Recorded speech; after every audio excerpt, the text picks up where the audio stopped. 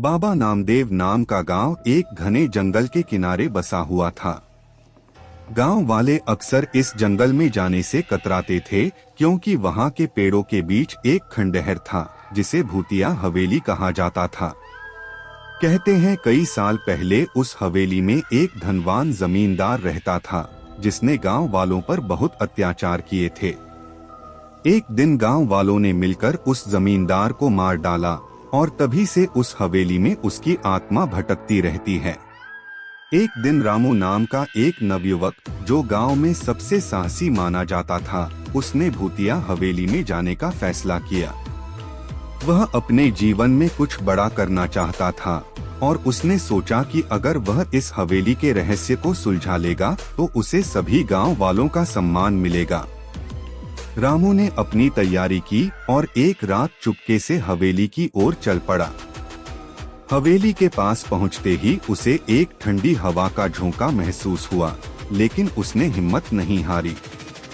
वह हवेली के अंदर दाखिल हुआ और वहां की हर चीज को ध्यान से देखने लगा।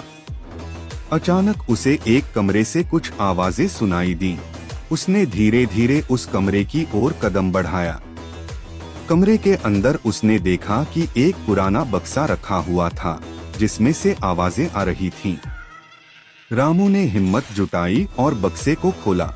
बक्से के अंदर उसने देखा कि एक पुरानी डायरी रखी हुई थी। उसने वह डायरी उठाई और पढ़ने लगा। डायरी में लिखा था कि जमींदार की आत्मा तब तक इस हवेली में फंसी रहेगी जब तक कोई उसके अत्याचारों को स्वीकार करके उसका प्रायश्चित नहीं करेगा।